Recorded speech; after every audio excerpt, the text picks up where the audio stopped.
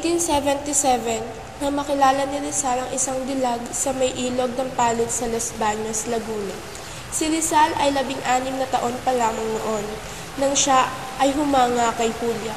Sa pagkakatayo ni Rizal sa may dalampasigan, maraming kababaihan ang kanyang napagmasdan. Ngunit, isang dalaga ang pumukaw ng kanyang paningin. Isang magandang dilag ang lumabas sa halamanan at ito ay si Julia, na narinig din niyang na isang dalaga na manghuli ng mga paru-paro bago umuwi ng kanilang tahanan. At doon pa lamang ay nagpasikap na si Rizal. Nanghuli siya ng mga paru-paro at dali-daling iniabot sa dalagang kanyang hinahangaan. Nag-alok din si Rizal na ihatid ang maglola sa kanilang tinitirhan sa Los Baños, Laguna.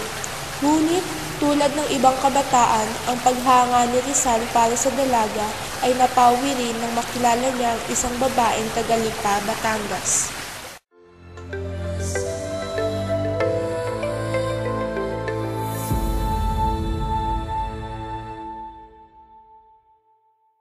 Sa unang pagkakataon, si Rizal ay umibig sa isang magandang dalaga na nooy nakatira sa Lipa, Batangas. Isang mag-aaral ng La Concordia College nung saan nag-aaral din ang kanyang mga kapatid na babae. Sa unang kita pa lamang ni Rizal kay Segunda, umibig na kagad ito sa dalaga. Na love at first sight eka nga ang ating national hero. Isang magandang dalaga si Segunda. And in Rizal's diary, he described Segunda as a young girl, perhaps about 14 of age, attractive, engaging, with expressive eyes, sometimes ardent, provocative smile. Her entire self diffused a mysterious charm, and his memories. Tinawag niya itong Miss K. Nakilala niya si Segunda noong siya ay sumama sa kanyang kaibigang si Mariano Katigbak. Ito ay kapatid ni Segunda sa Trozo, Manila. When Rizal first met Segunda, he described na ang magiging fiancé ko ay ito na. Ngunit noon ay nalaman din niyang ito ay ikakasal na kay Manuel Luz. Ngunit sinulat din ni Rizal na si Segunda ay may pagtingin din sa kanya. Segunda looked at him from time to time, making him blush. Noong panahong iyon, ang mga babae ay hindi makatingin ng diretso sa mata ng lalaki, especially kung ito ay may pagtingin din para sa kanila. Ayon sa apo ni Segunda, and Lilette said, they had been seeing each other for 2 years. At ginawa pa niya si Rizal ng isang bulaklak gawa sa papel, for Rizal's hat. Nang magkaroon ng pagkakataon si Rizal para kausapin si Segunda, si Rizal ay nagsabing, itatago ko ito hanggat ako ay nabubuhay. At noon ay hindi pa rin nagawang mag-propose ni Jose kay Segunda. Sapagkat at that time, Rizal was shy and timid suitor. Nang sulatan ng ama si Segunda upang bumalik sa Lipa, Batangas, Rizal popped the question for Segunda. At ito ay sinulat din niya. I asked her then if she would find it disagreeable to belong to my town, and blushing, she said no. Rizal was suggesting that Segunda live with him in Calamba as his wife. Similarly, Rizal wrote, I formed the design of keeping silent and, until greater proofs of sympathy between us, neither subjecting myself to her yoke nor declaring myself to her. At nang muling bisitahin ni Rizal si Segunda sa kolehiyo, nalaman niyang ito ay aalis na sa darating na Sabado. Sinabi niya sa dalagang hindi na magbabago ang kanyang plano, sapagkat his parents would be disappointed. Ngunit pinangako ni Rizal na magkikita sila bago tumungo ang dalaga sa Calamba, Laguna. Sinabi ng dalaga na huwag mong intindihin ang mga iyon. Ngunit hindi niya maiiwasang mapaisip ng malalim at mapatingin na lamang sa langit. Sinabi rin ito, well, goodbye. Anyway, I will see you when I was past Calamba on my way to Lipa. Ang naging reaksyon ng dalaga ay hindi maintindihan. A suitor should know that the woman he pursues wants to be number 1 in his heart. Mula sa naging reaksyon ni Segunda, napag-alaman ni Rizal ang kanyang kamalian. As a result, he was restless the following night. This was how he described himself. Umuwi si Rizal sa kanyang tahanan with dazed and desolate, with his first romance ruined by his shyness and reserve.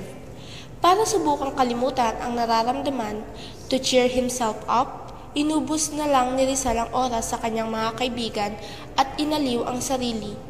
At nung sumunod na araw, bumisita sa isang unmarried girl. The intensity of his love for her was such that he wrote, That was the first night and first time I felt an anguish and inquietude conforming with love. If not jealousy, perhaps because a million obstacles would rise between us, so that my nascent love was increasing and seemed to gain vigor in the struggle. From then on, I knew that I loved her truly and in my own way, that is to say, very different from the other loves that I have never mentioned. At makalipas ang 3 taon, Jose recorded, At an early hour, my first love, my virgin heart will always mourn the reckless step it took on the flower-decked abyss. My illusion will return, yes, but indifferent, uncertain, ready for the first betrayal on the path of love. ang pagmamahal ni Rizal para kay Segunda ay very intense. Sa lahat ng dumaang babae sa buhay ni Rizal, ang pagmamahal niya kay Segunda was the only one of which he himself has left a written description. But poor Segunda, naghintay lang siya sa wala. Naghintay na aminin ni Rizal ang pagmamahal nito para sa kanya. And later on, he wrote, Segunda is always a conqueror of my heart that still refused to surrender. Nanatili si Rizal sa isa sa mga bahay sa harap ng Lipa Cathedral at nakita niyang naglalakad si Segunda upang makinig ng misa. Ngunit hindi niya pinaalam na siya ay naroon. Kasal na si Luz kay Segunda at ng mga oras na iyon, hindi maiwasang magselos ni Luz kay Rizal. Even in old age, Luz would never had a 2-peso bill dahil naroon ang larawan ni Jose Rizal. Ayon kay Lilet, he would also refuse to buy watches that had Rizal's image. Probably, he knew that Rizal and Segunda fell in love once upon a time. And Lilet said he became extremely jealous that even the mention of Rizal's name in any conversation would make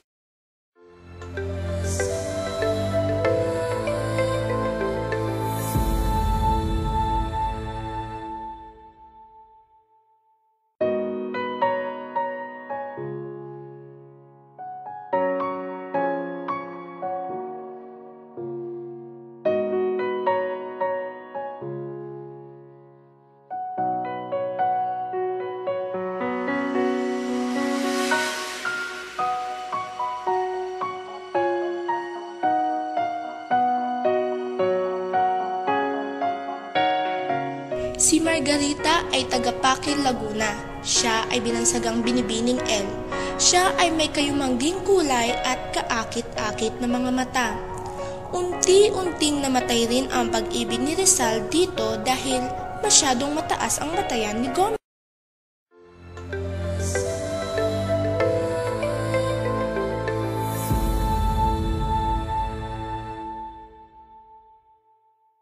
Several months later, habang siya ay nag-aaral sa University of Santo Tomas, nangupahan si Rizal kay Doña Concha Liva sa Intramuros.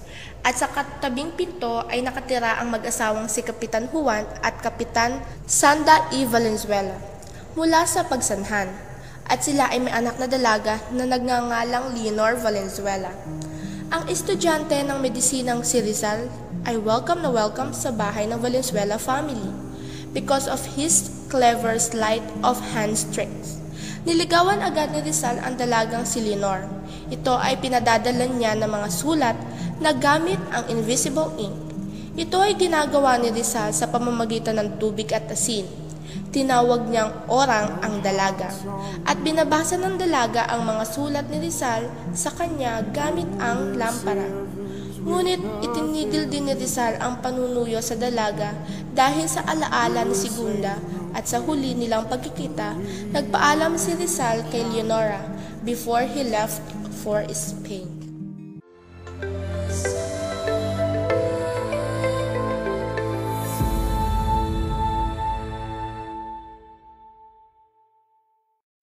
Noong 1879, nang si Rizal ay dumalaw sa bahay ampunan ng kanyang tiyuhin at doon niya nakilala ang isang dalaga, ang anak ng kanyang tiyuhin na si Anton Rivera.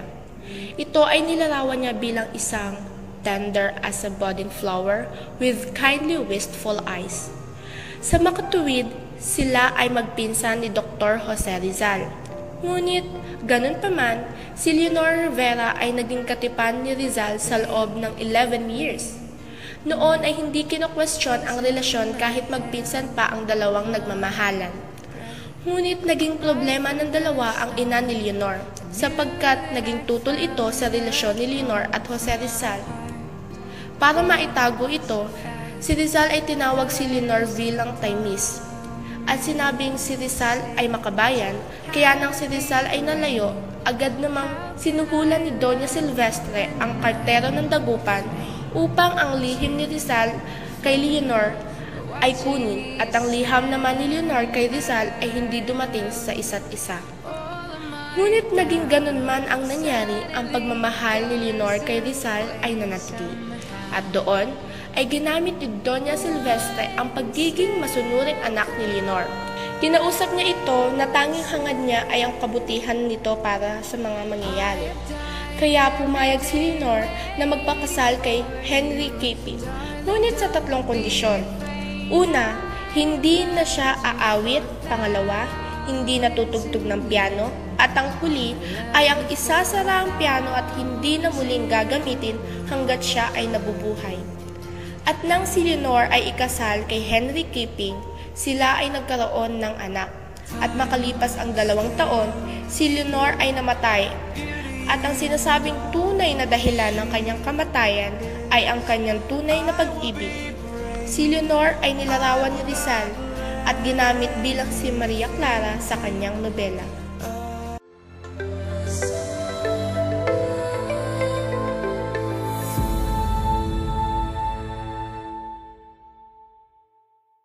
The two girls, Leonor Rivera and Leonor Valenzuela, in fact knew of the double Leonor. Orang or Leonor Valenzuela referred to Leonor Rivera as Rizal's little landlady. When the two girls met, the more emboldened Orang asked if they were rivals. The beloved Taymis could only cry, "Oh!"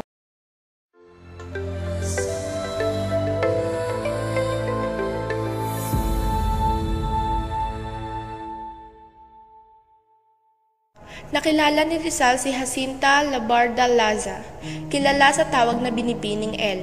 Nakilala ni Rizal si Binibining L na inilarawan niya bilang fair with seductive and attractive eyes. Ang dalaga ay nakatira sa bahay ni Nicolas Regalado, kaibigan ni Rizal. Madalas nilawin ni Rizal si Binibining L at sinasabing ito ay mas matanda kay Rizal at nagturo ng Spanish sa binata. Makalipas ang ilang panahon, hindi na muling dumalaw si Rizal sa tahanan ni Binibining L sapagkat ang puso niya ay nakay Segunda pa rin at siya ay pinagbawalan ng kanyang ama na makipagrelasyon dito.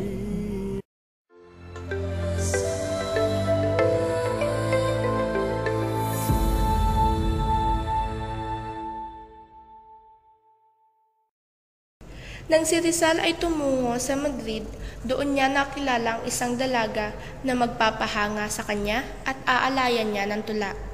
Ito ay si Consuelo Ortega y Perez. Gumawa si Rizal ng tula para sa dalaga at ito ay ang La Señorita Coyr at sila ay nagkamabutihan. Sa sulat naman ni Consuelo, ang mga alaala ni Rizal nang ito ay tumira sa tahanan ng kanyang magulang. At ang huling pangungusap na isinulat ni Consuelo ay ang araw na lumipas ay isa sa mga araw na lagi na'y mananatili sa aking alaala.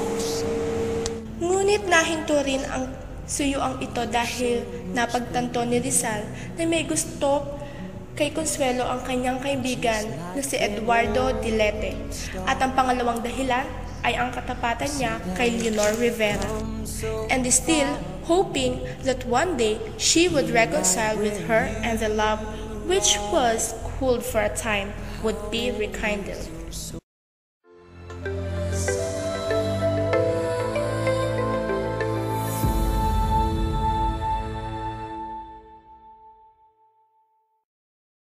Noong 1891, nagbakasyon si Rizal sa Biarritz upang makapagpahinga sa mga kaguluhan sa kanya sa Madrid. Siya ay naging panauhin ng mga pamilya Busted sa tirahan nila. Para sa panahon ng tagyelo na pinangalan ng Villa Eliada, si Ginoo at Ginang Busted ay may dalawang magagandang babaeng anak na sina Adeline at Nelly. Kinaibigan ni Rizal ang dalawang dalagita at madalas nitong nakakalaro ang dalawa sa eskrima na ginaganap sa estudyo ni Juan Luna. Si Antonio Luna, na kapatid ni Juan Luna, ay madalas ring bisita ng mga Busted. Siya ay nanligaw kay Nelly, ngunit si Nelly ay nahuhumaling kay Rizal, kaya si Antonio Luna ay nabigo. Sa isang kasiyahan sa Madrid na pang-Filipino, isang lasing na Antonio Luna ang nagsabi ng di magagandang salita tungkol kay Nelly. Ito ay ikinagalit ni Rizal, kaya hinamon ito ni Rizal sa isang duelo. Naisip ni Antonio ang kanyang pagkakamali at ito'y nanghingi ng paumanhin kay Rizal. Si Rizal at Nelly ay nahulog sa isa't isa, ang kanilang samahan ay naging maayos. This ain't no place for the weary kind.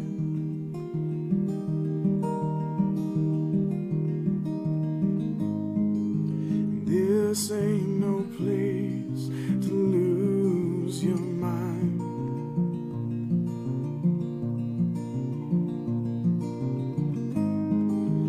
This ain't no place to fall behind. Kaya't nagpasya si Rizal na alukin ng magpakasal si Nelly.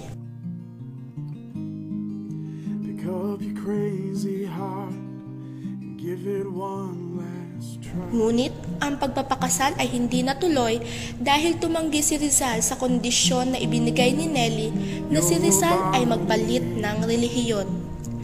Dahil sa pangyayari, nagpasya na lamang ang dalawa na sila ay maging mabuting magkaibigan na lamang nung umalis si Rizal sa Europe.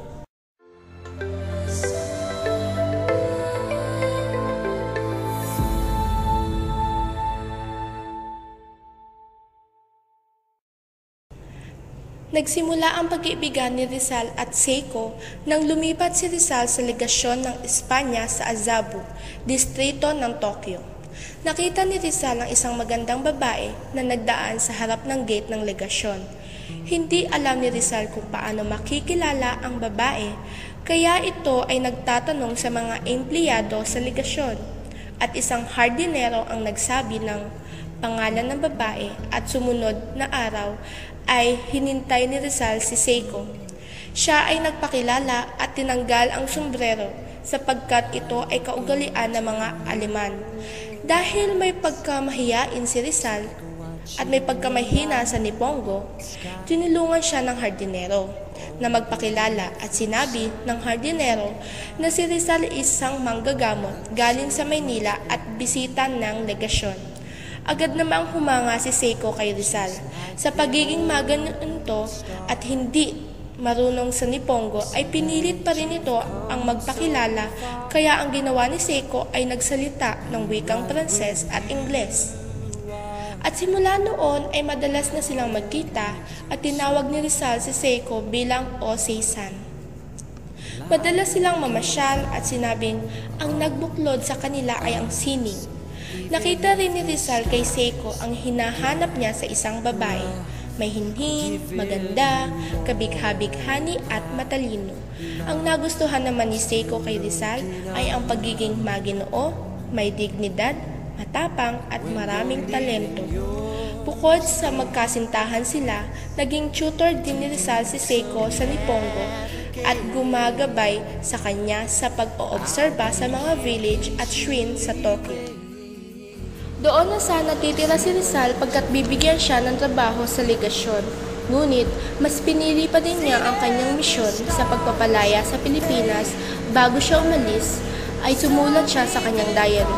Nakapaloob dito, ang di niya makakalimutan ang mukha ni Seiko sa kanyang isip at binabanggit pa rin ang pangalan nito. Ayon din sa kanya, si Seiko lamang ang nagmahal at nagsakripisyo sa kanya. Nang si Rizal ay umalis, naiwang bigo sa pag-ibig si Seiko. Nagluksa siya sa pagkakawala ni Rizal at siya ay nagpakasal na kay Ginoong Alfred Charlson nang si Rizal ay hatulan. Ngunit namatay din ito noong November 2, 1915.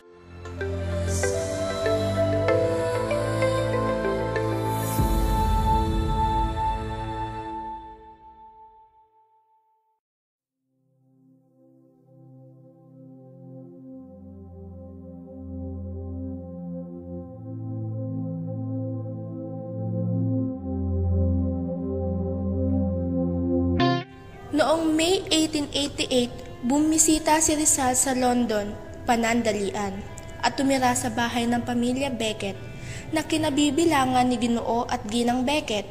2 anak na lalaki at 4 na anak na babae. Ang kanilang nakatatandang babaeng anak ay nagngangalang Gertrude. Si Gertrude ay isang masiglang babae na may bughaw na mata at kayumangging buhok. Siya ay umibig kay Rizal at binigay ang lahat ng atensyon dito tuwing may salo-salo or kainan ang kanyang pamilya. Tuwing si Rizal ay nagpipinta o kayang nag-iiskultura, tinutulungan niya itong maghalo ng mga kulay at maghanda ng putik para gamitin.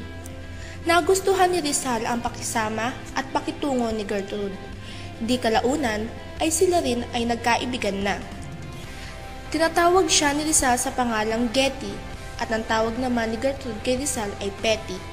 Bago pa man maging mas seryoso ang relasyon nila ni Getty, si Rizal ay nagpasyang umiwas. Naisip niya na marahil mas may importante siyang misyon na dapat tapusin, kaya't hindi niya mapag-isipang magpakasal dito. Tiniis niya ang tawag ng kanyang puso at nagpasyang umalis para siya'y makalimutan ng babae. Pero bago yon, siya ay nag-iskultura na inukit mula sa imahe ng ulo ng magkakapatid na babaeng Becket.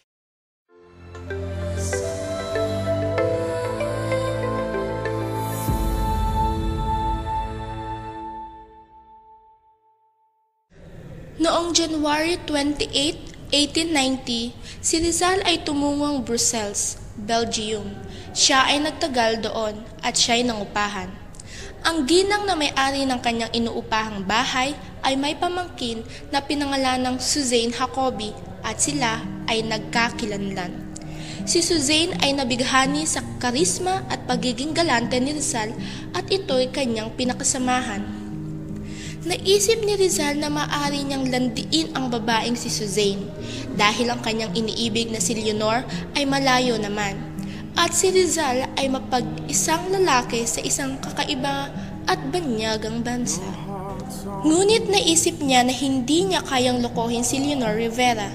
Si Suzanne ay umibig kay Rizal at nalungkot nang umalis si Rizal para magpunta sa Madrid noong 1890 at siya ay kanyang sinulatan sa wikang Pranses. Where are you now?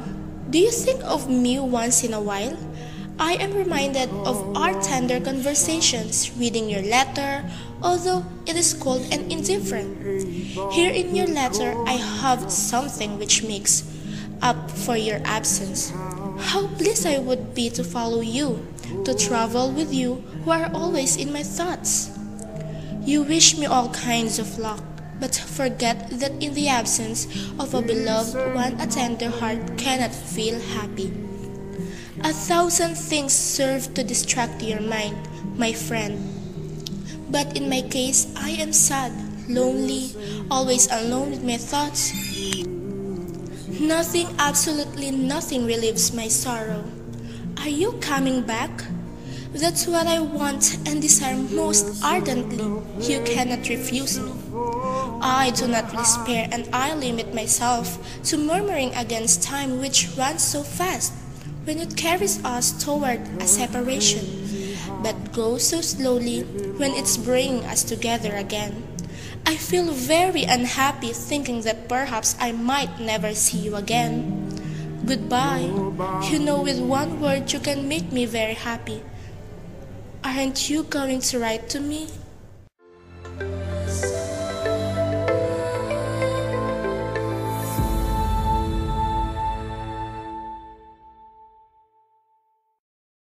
Ang pagkatapon kay Rizal sa dapitan ay isa sa pinakamalungkot at masilimuot na yugto ng kanyang buhay. Ang alaala ng samahan nila ng kanyang mga kaibigan at pamilya at ang pagkapatay ni Leonor Rivera noong August 28, 1893 ang nag-iwan ng hinagpis sa kanyang puso. Dumating si Josephine Bracken sa dalampasigan ng dapitan kasama ang kanyang bulag na ama na sa pagkaampon na si George Topher. Walang ophthalmologista sa bansa nilang Hong Kong na makakagamot sa pagkabulag kaya sinikap nila mangibang bansa para sa serbisyo ng tanyag na si Dr. Jose Rizal. Si Rizal at si Josephine ay nahulog sa isa't isa. Ang kanilang pag-iibigan ay nagtagal hanggang 1 buwan bago sila magdesisyon na magpakasal. Subalit, tinanggihan ng pari ng dapitan ang magsagawa ng seremonya nang walang pahintulot ng obispo ng Cebu. Noong nalaman ni Ginoong Topher ang plano ng kanyang anak na magpakasal, ay nagalit ito sa kadahilanang naisip niya na mawawala na sa piling niya si Josephine. Sinubukan ni Mr. Topher na magpatiwakal gamit ang isang patalin. Buti na lang at naawat ni Rizal ang Ginoo at naiwasan ang trahedya. Nagpa siyang umalis si Josephine kasama ang kanyang ama patungo sa Maynila para umiwas sa iba pang kaguluhan. Lumipas ang ilang panahon at si Ginoong Topher ay bumalik ng mag-isa sa Hong Kong habang si Josephine ay naiwan sa Maynila kasama ang pamilya ni Rizal at di kinalaunan ay bumalik din siya sa dapitan. Dahil walang paring magkakasal sa kanila, nagpasya si Rizal at Josephine na ikasal ang kanilang sarili sa harap ng Diyos.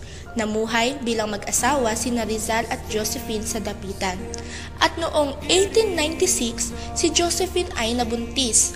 Subalit, sa kasiwing palad ay kinailangang manganak ng maaga ni Josephine dahil natakot ito sa biro ni Rizal. Isang batang lalaki na kulang sa buwan ang ipinanganak na nabuhay lamang ng 3 oras. Pinangalanan ito ni Rizal na Francisco galing sa pangalan ng kanyang ama at inilibing ang bata sa dapitan.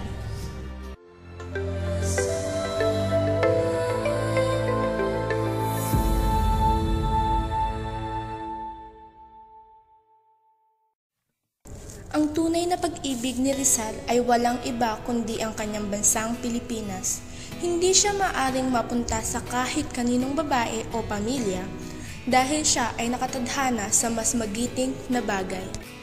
Tulad ng sabi ni Ferdinand Blumentritt, isa sa malalapit na kaibigan ni Rizal, sinabi niya sa sulat niyang pakiramay kay Rizal matapos mawala sa kanya ang mahal niyang si Leonor Rivera. I know your heart is aching, but you are one of those heroes who overcome the pain of wounds caused by women because they pursue higher ends. You have a stout heart, and a nobler woman looks upon you with love. Your native country. The Philippines is like one of those enchanted princesses in the German fairy tales who is kept in captivity by a foul dragon until she is rescued by a valiant knight. Ang buhay ni Rizal ay nagtapos ng maaga sa edad na 35. Ayon sa isang manunulat ng kasaysayan ni Ambet Ocampo sa isang liham ng pag-ibig tungkol sa ating bansa, sinabi niya na, I have always loved my poor country, and I am sure that I shall love her until my last moment. Perhaps some people will be unjust to me. Well, my future, my life, my joys, everything, I have sacrificed for love of her. Whatever my fate will be, I shall die blessing my country and wishing her the dawn of her redemption. Happen what may, I shall die blessing her and desiring the dawn of her redemption.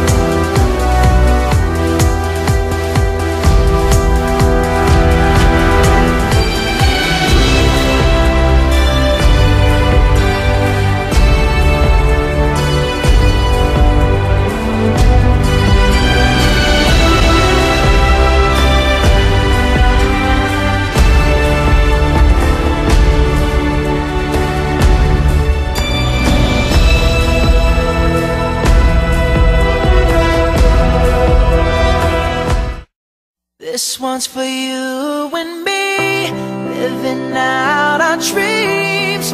We're all right where we should be. With my arms out wide, I open my eyes and Game.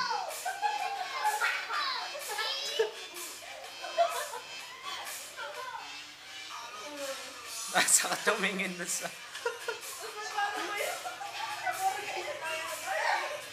Hey! Oh my God! May future? Shabu pa!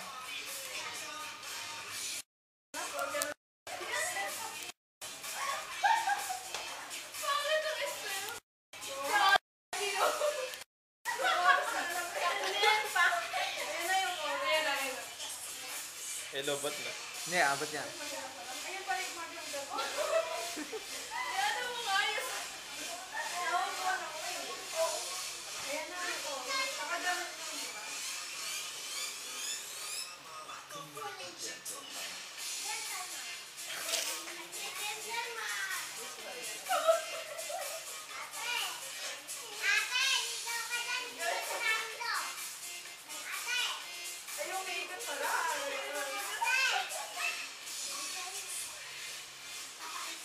Ayoko na!